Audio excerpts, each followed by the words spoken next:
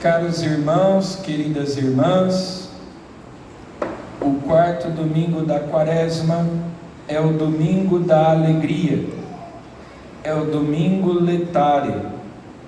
Alegra-te, Jerusalém. Essas são as primeiras palavras da antífona de entrada de hoje. E por que é que nós devemos nos alegrar?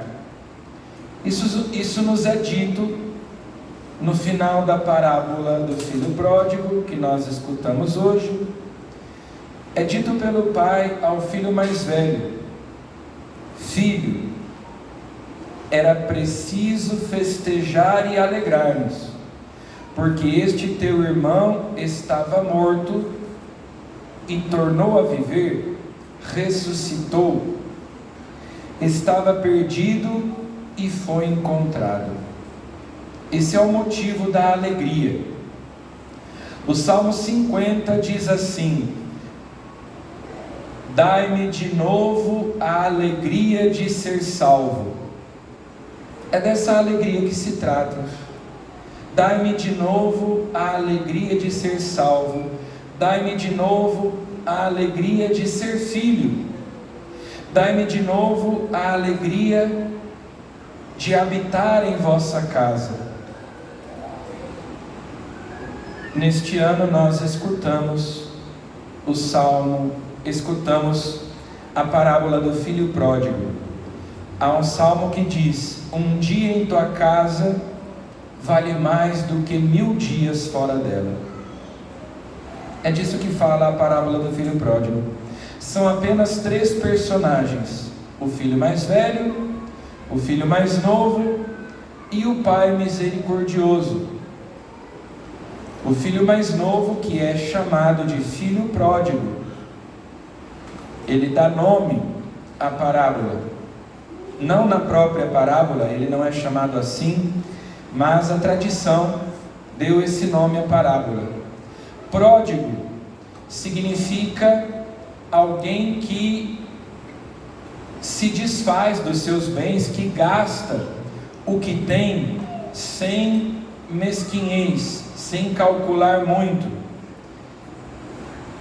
Portanto, de certo modo, é alguém que esbanja os bens, que gasta os bens. Contudo, os bens que esse filho gasta, que ele esbanja, não são dele propriamente. Lhe foram dados pelo seu pai, quando ele pede: pai, dá-me a parte da herança que me cabe. E a gente sabe que os filhos só recebem a herança, só têm direito à herança depois da morte do pai.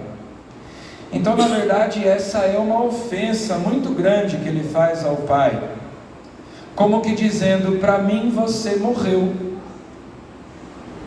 eu não me importo com você. Aqueles bens o pai acumulou ao longo de sua vida com o seu trabalho.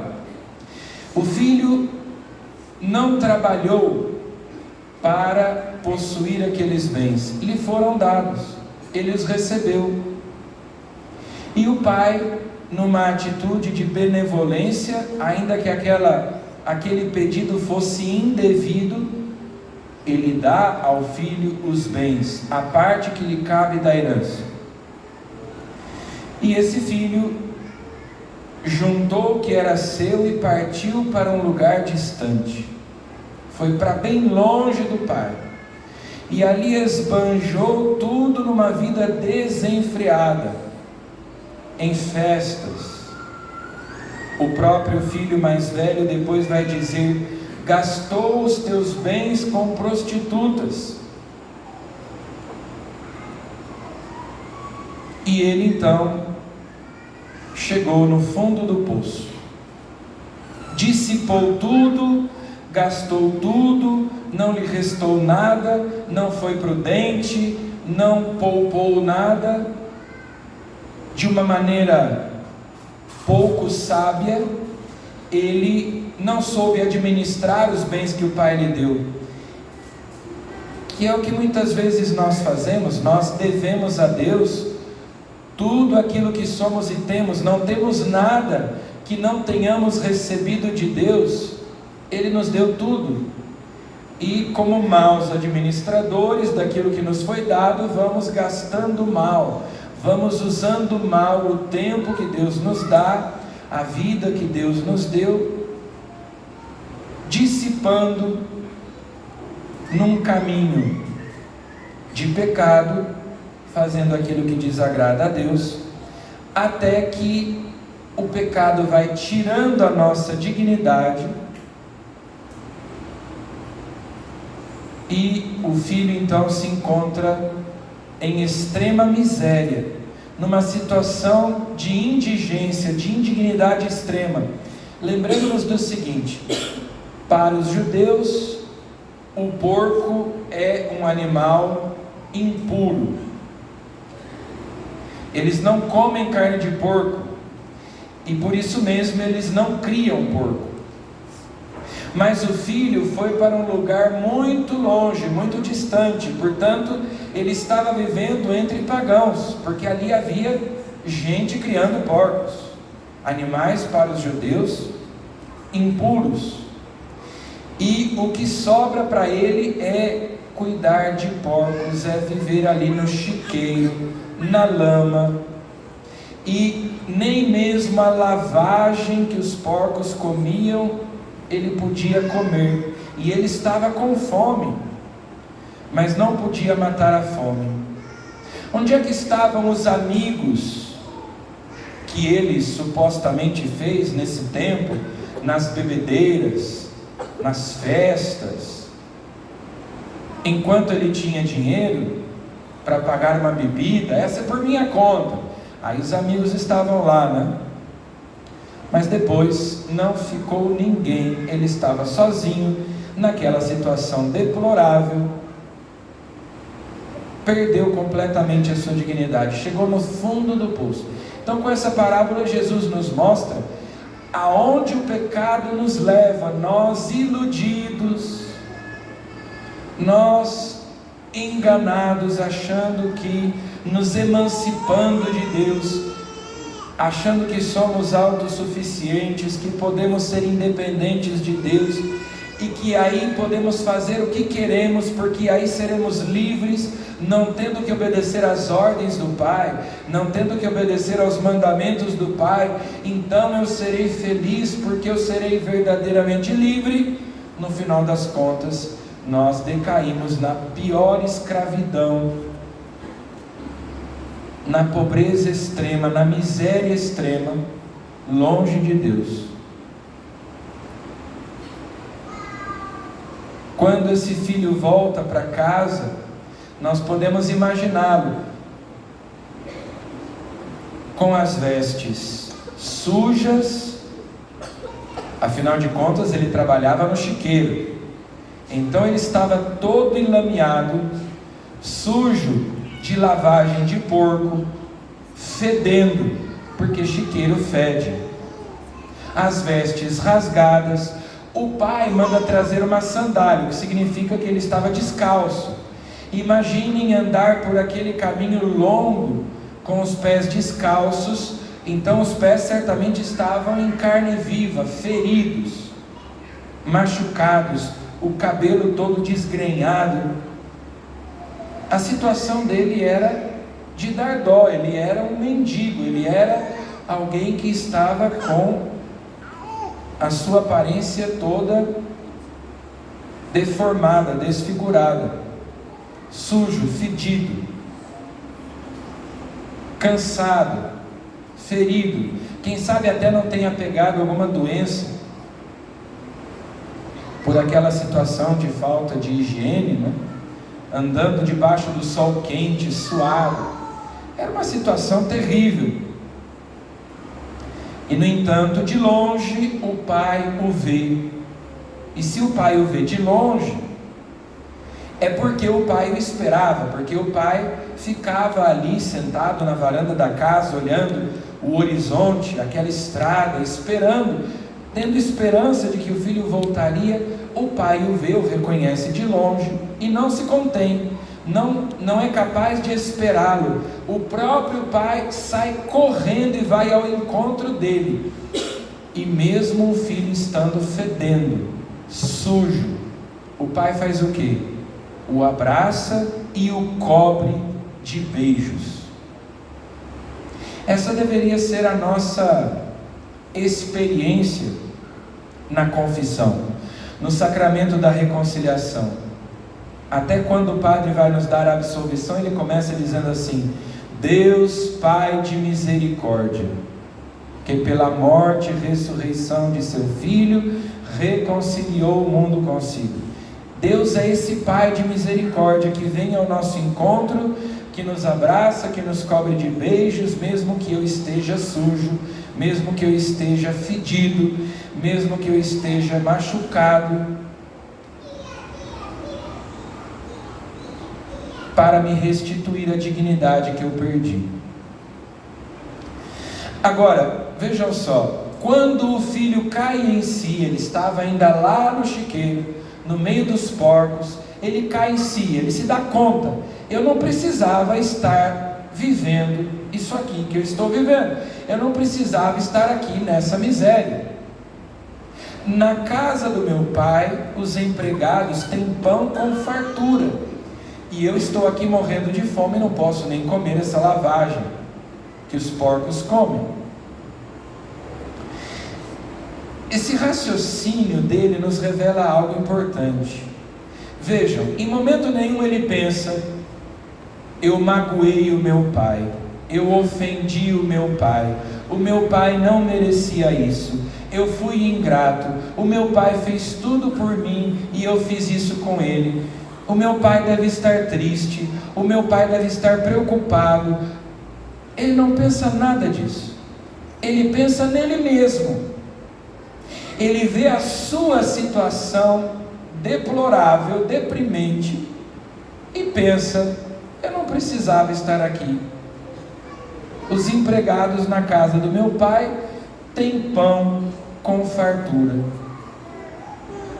então eu vou voltar e vou dizer para o meu pai que eu pequei, que eu nem mereço ser chamado, ser considerado filho dele, mas se ele me tratar como um servo, como um empregado, um escravo, para mim já é melhor do que essa situação na qual eu estou, eu poder viver na casa do meu pai. Então, a igreja chama isso de atrição. É uma contrição imperfeita. Ele se arrepende,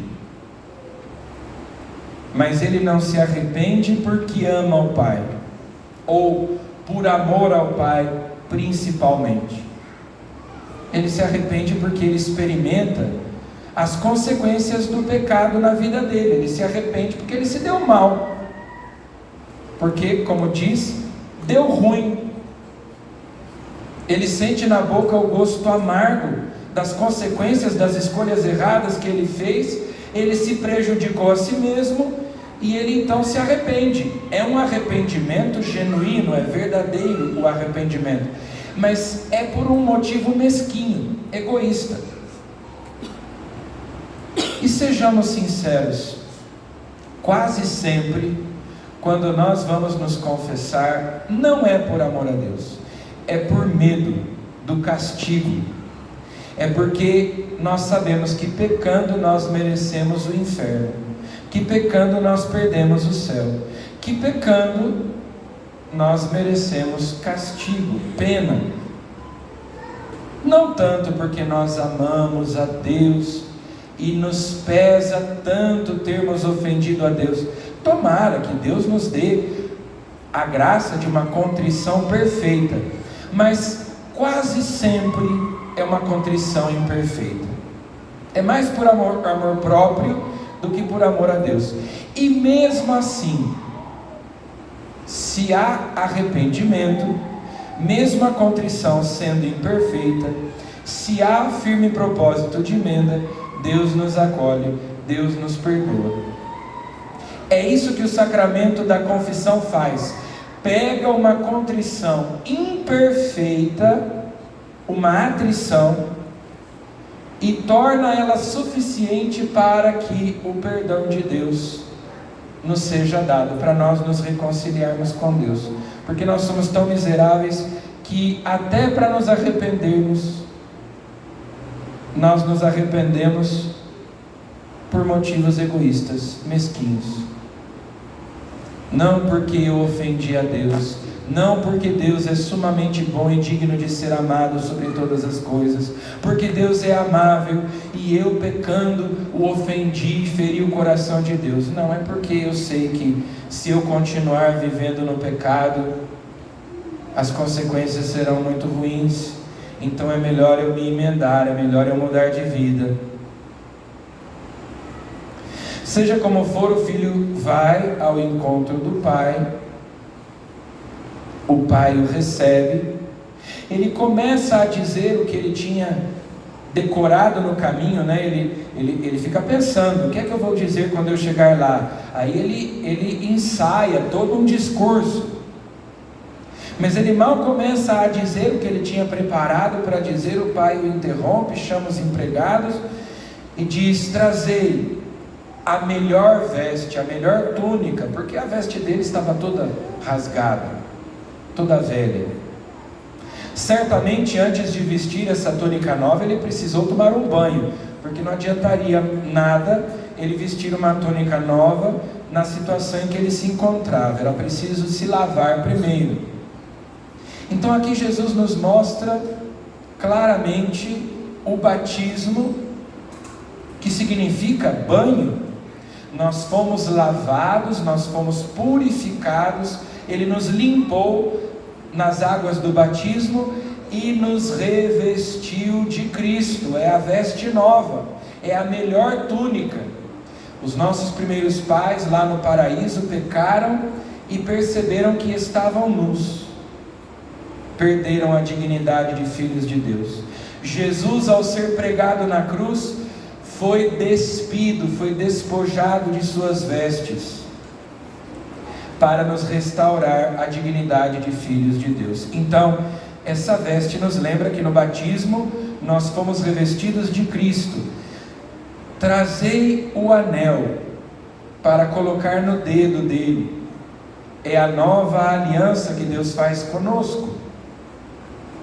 A aliança selada no sangue de Cristo derramado na cruz pela nossa salvação. Sandálias nos pés, para os pés cansados, para os pés feridos, que se cansaram de tanto andar errantes pelas estradas da vida. E finalmente o cordeiro, o novilho gordo, que o pai mandou matar para fazer um banquete. Esse novilho gordo, esse cordeiro que foi imolado, simboliza o próprio Cristo imolado por causa de nós. Então, é o domingo da alegria. Nós devemos nos alegrar pelo perdão, pela misericórdia de Deus, pelo amor infinito de Deus para conosco, a alegria de sermos filhos, de estarmos na casa de Deus. Mas para que nós nos alegrássemos, para nós fazermos festa, para nós nos banquetearmos, nos saciarmos, foi necessário que Cristo, nossa Páscoa, fosse imolado. O cordeiro foi sacrificado para nós termos alegria, para nós nos reconciliarmos com Deus. Então aqui nós temos aonde o pecado nos leva, até onde vai o pecador obstinado em seu pecado, o quanto ele vai perdendo a sua dignidade, e o quanto Deus é misericordioso para nos devolver a nossa dignidade de filhos. Agora, existe uma terceira personagem nessa parábola, que talvez seja a mais importante, porque Jesus conta essa parábola para os fariseus e os mestres da lei, que o criticavam por ele acolher os pecadores. Os publicanos e pecadores aproximavam-se de Jesus para o escutar. Os fariseus, porém, e os mestres da lei criticavam Jesus, dizendo: este homem acolhe os pecadores e faz refeição com eles. É um pouco a Eucaristia, né? Ele faz refeição conosco, pecadores, e Ele mesmo é nosso alimento. Agora, esse filho mais velho, então, quando chega em casa e ouve o barulho da festa e fica sabendo que o pai está oferecendo aquele banquete porque o filho voltou, fica com raiva, fica indignado, fica enciumado e se recusa a entrar na festa. Não quer entrar na casa do pai. Ele quer agora ficar do lado de fora, emburrado, porque o pai está fazendo tudo aquilo pelo filho mais novo, que ele considera que não merece. Ele se esquece que é irmão dele. Tanto é que quando ele vai se referir ao irmão, ele diz: esse teu filho. E quando o pai responde, o pai diz: esse teu irmão. Então, às vezes pode ser que nós tenhamos essa atitude do filho mais velho, nós que somos gente de igreja, e não saibamos acolher os pecadores, não saibamos atrair as pessoas para a igreja e nos alegrarmos quando alguém demonstra interesse pelas coisas de Deus, e ter paciência, porque é claro, todo mundo faz um caminho e tem um processo. Deus teve paciência conosco, continua tendo paciência conosco, porque nenhum de nós é irrepreensível, é perfeito e alcançou tal grau de santidade que não precisa de correção, que não precisa melhorar nada, né? Mas nós somos às vezes tão intolerantes com aqueles que de repente estão demonstrando algum desejo de se converterem. Esses dias aconteceu que uma dessas influenciadoras famosas, que tem milhões de seguidores, tem até programa na TV, eu nem conheço o rosto dela, não sei quem é, mas se chama Virgínia. Diz que ela tem programa na televisão, tem milhões de seguidores nas redes sociais. Diz que ela publicou nas redes dela que está acompanhando o rosário do Frei Gilson na madrugada, e que ela estava muito contente, que ela estava se sentindo muito bem, porque estava acordando de madrugada para rezar o rosário com o Frei Gilson. O que é que muitos católicos foram fazer lá nas redes sociais dela, nos comentários?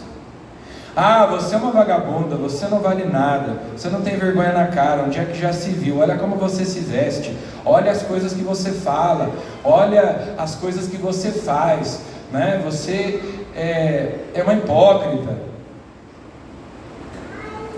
É a atitude do filho mais velho, né? Em vez de nós nos alegrarmos, a gente vai lá apontar o dedo, expulsar, espantar a pessoa, né?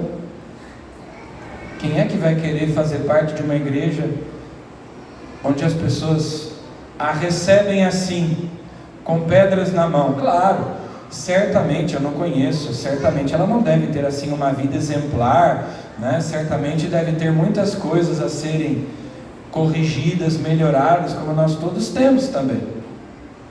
Então ela precisará, se ela de fato quiser viver a fé católica, de orientação, de correção, mas com caridade, né? Tudo no tempo certo, que afinal de contas, todos nós também precisamos de pessoas que tivessem paciência conosco, que nos ensinassem, que nos corrigissem com caridade.